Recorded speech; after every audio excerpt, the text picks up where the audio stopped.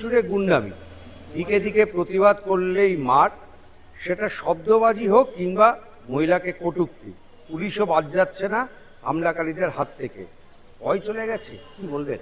ভয় তো বহুকাল আগে চলে গেছে। সবচেয়ে বড় কথা হচ্ছে আমাদের গোটা রাজ্যের ক্রিমিনালরা জানে যে পুলিশ হচ্ছে তাদের সহায়ক শক্তি। আসলে মুশকিলটা হচ্ছে ভোটের দিন বিরোধীদেরকে জব্দ করার জন্য যাদেরকে বোম মারতে শেখাবেন, তারা কালী পুজোর দিন দেওয়ালির দিন চকলেট বোম ফাটাবে, সেইটাতে আপত্তি করতে গেলে তারা তো খেপে উঠবেই।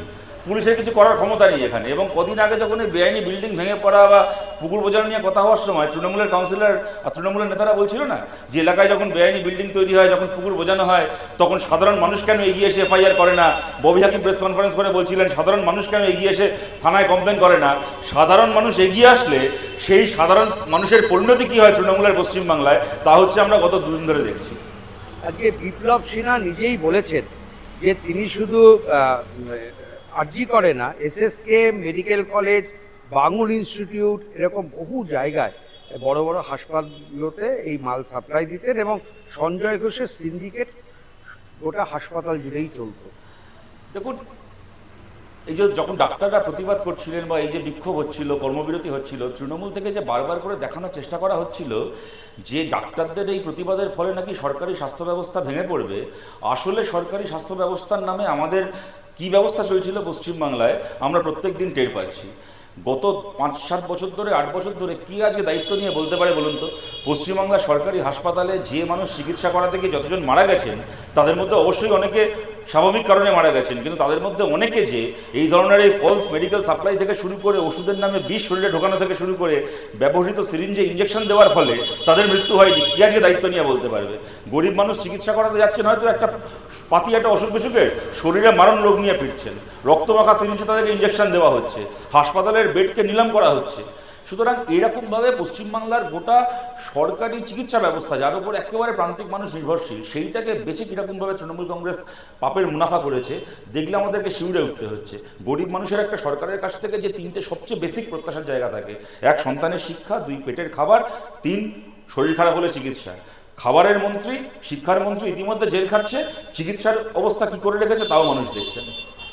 সেটা হচ্ছে আজকে মহিলারা মিছিল করেছেন, সিজিও কমপ্লেক্সে গিয়ে দাবি জানিয়েছেন যে অবিলম্বে দোষীদের গ্রেফতার করতে হবে।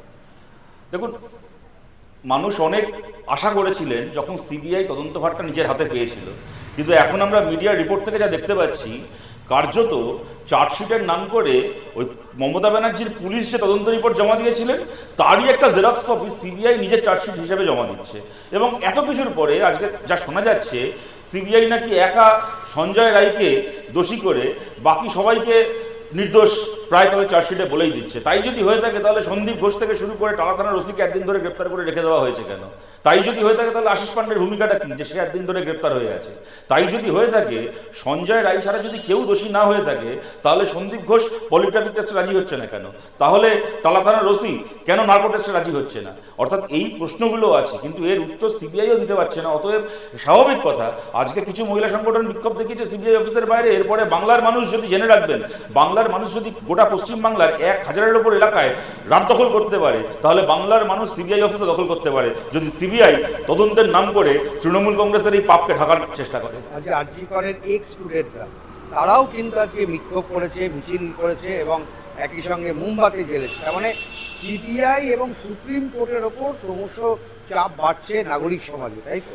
100 বার চাপ বাড়ছে। সবচেয়ে বড় কথা হচ্ছে যে এই চাপটা আদৌ নাগরিক সমাজকে দিতে হবে কেন? কোথাও যদি একটা ক্রাইম হয় তাহলে তার স্বচ্ছ তদন্ত হবে, স্বচ্ছ বিচার হবে, এটা তো একটা স্বাভাবিক প্রক্রিয়া হওয়া উচিত গণতন্ত্রে।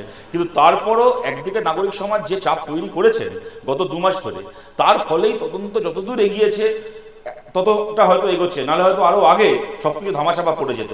কিন্তু তারপরও এই যে নাগরিক সমাজকে বারবার রাস্তায় নামতে হচ্ছে, বারবার করে রাত দখলের ডাক দিতে হচ্ছে, বারবার করে বিক্ষোভ দেখাতে হচ্ছে, এর থেকে প্রমাণ হচ্ছে আমাদের রাজ্যে তদন্ত বিচার যেখানে স্বাভাবিক প্রক্রিয়া হওয়ার কথা, সেইটাকেও এখন নাগরিক সমাজকে জোর দিয়ে করাতে হচ্ছে। এটা অত্যন্ত দুর্ভাগ্যজনক আমাদের রাজ্যের জন্য।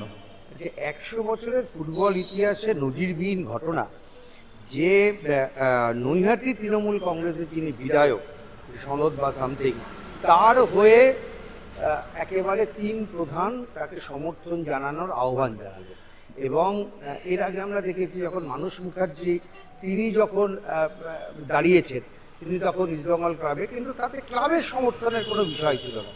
কি বলবেন বিষয়টাকে? দেখুন, দুটো কথা। প্রথম কথা, 34 বছর আমাদের বিরোধীরা দলতন্ত্রের অভিযোগ করতেন, সিপিআইএম বা বামফ্রন্ট নাকি ভয়ঙ্কর দলতন্ত্র খাটাচ্ছে। 34 বছরে একটা উদাহরণ দেখাতে পারবেন না খেলার মাঠ থেকে শুরু করে এই সামাজিক পরিসরগুলোকে এরকমভাবে রাজনৈতিকভাবে দখল করার চেষ্টা করা হয়েছে। সুভাষ চক্রবর্তী থেকে শুরু করে, সোমনাথ চট্টোপাধ্যায় থেকে শুরু করে, কমল বসুর মতো মানুষ, সচিন সেন, মানস মুখার্জির কথা বললেন, আমাদের পার্টির বহু নেতা তারা মোহনবাগান, ইস্টবেঙ্গল, মোহামেডান ক্লাবগুলোতে তারা সদস্য ছিলেন, সক্রিয় সদস্য ছিলেন, কর্মকর্তা ছিলেন। এমনকি যখন বিপদে পড়েছে, কোনোভাবে কোনো রকম অসুবিধা হয়েছে, বাংলার ক্লাবগুলো জানতো সুভাষ চক্রবর্তী বাজপাখির মতো এসে দাঁড়াবে তাদের পাশে। চিরকাল বামপন্থীরা এই পাশে থেকেছে, কিন্তু তার জন্য কোনোদিন ক্লাবগুলোকে পার্টি অফিস বানানোর চেষ্টা করা হয়নি। তবে যে কথাটা এখানে বলার তা হচ্ছে, এই আরজি করের ঘটনাকে কেন্দ্র করে মোহনবাগান, মোহামেডান এবং ইস্টবেঙ্গল তিনটে ক্লাবের সমর্থকদেরই মেজাজ কিন্তু ক্লাব কর্তৃপক্ষ দেখেছে। যেরকম বাংলার মানুষ দেখেছে, সেরকম ক্লাব কর্তৃপক্ষ দেখেছে।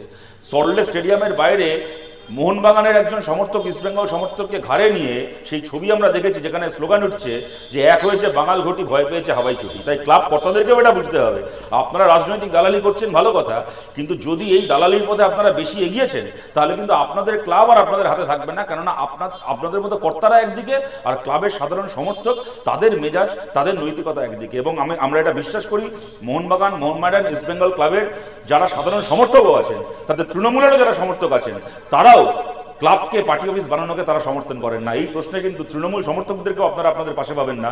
বাংলার ফুটবল ক্লাবের কিন্তু ঐতিহ্য, মেজাজ আলাদা। এখানে যদি ছেলে খেলা করতে এসছেন, তাহলে কিন্তু আপনার ক্লাবের সমর্থকরা এবার কর্মকর্তাদের ক্লাবে ঢোকা বন্ধ করে দেবে, সেই দিন আসতে চলেছে।